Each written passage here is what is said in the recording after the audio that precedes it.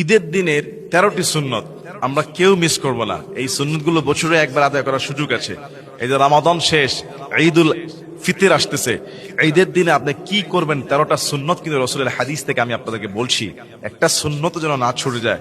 এক নম্বরে খুব সকাল সকাল ঘুম থেকে ওঠা সুন্নাহ। আপনি ঈদের দিনেই ফজর পড়লেন না, ঈদের নামাজ পড়ে কি করবেন? দিনটাই শুরু করছেন কলস ভেঙে। আপনি এক নম্বরে খুব সকাল সকাল ঘুম থেকে ওঠা, ফজরটা অবশ্যই জামাতে পড়বেন। 2 নম্বরে মেসওয়াক করা সুন্নাহ। একটা মেসওয়াক কিনতে কয় টাকা লাগে ভাই? আপনি 500-600 টাকা দিয়ে, 1000 টাকা দিয়ে জুতা কিনবেন, পাঞ্জাবি কিনবেন, 20-30 টাকা একটা মেসওয়াক কিনতে পারবেন না। 3 নম্বরে গোসল করা।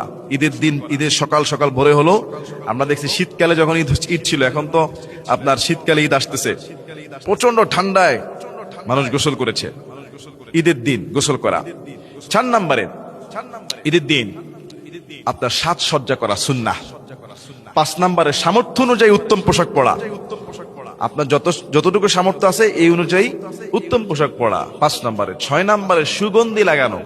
ঈদের দিন, এই ঈদুল ফিতরের দিনই বা ঈদুল আজহা যাওয়ার আগে কি গায়ে সুগন্ধি লাগানো সুন্নাহ। একটু ভালো আতর লাগাবেন, আবার ক্যাটকেটে মেজমেটে এমন আতর লাগাবেন না যে মানুষের নাকের অবস্থা খারাপ হয়ে যায়। লোকাল লো কোয়ালিটি না, ভালো মানে এটা ঠান্ডা আতর লাগাবেন। 7 নম্বরে ঈদগাহে যাওয়ার আগে আপনি সাদাকাতুল ফিতর আদায় করে দেবেন। ঈদগাহে যাওয়ার আগে এই রোজার ঈদে সাদাকাতুল ফিতর আদায় না করলে কিন্তু এটা আদায় হয় না। সাদাকাতুল ফিতর আদায় করে দেবেন। 8 নম্বরে রোজার ঈদে ঈদগাহে যাওয়ার আগে মিষ্টান্ন খাওয়া সুন্নাহ। রাসূল খেজুর খেতেন। ঈদের জামাতে যাওয়ার আগে কি মিষ্টান্ন খেয়ে যাবেন, এটা খাওয়া সুন্নাহ। আর খেজুর না থাকলে যে কোনো চিনি মধু খেয়ে নেবেন, সুন্নাহ। 9 নম্বরে ঈদগাহে সকাল সকাল দ্রুত চলে যাবেন, আগে আগে চলে যাবেন। 10 নম্বরে যাওয়ার সময় এক রাস্তা দিয়ে যাওয়া, আসার সময় আরেক রাস্তা দিয়ে আসা সুন্নাহ। যদি রাস্তায় একটাই থাকে তাহলে একটা দিয়ে যাওয়া আসা করা যাবে, তো ভিন্ন রাস্তা থাকলে ভিন্ন রাস্তা দিয়ে আসা যাওয়া আসা করা কি সুন্নাহ।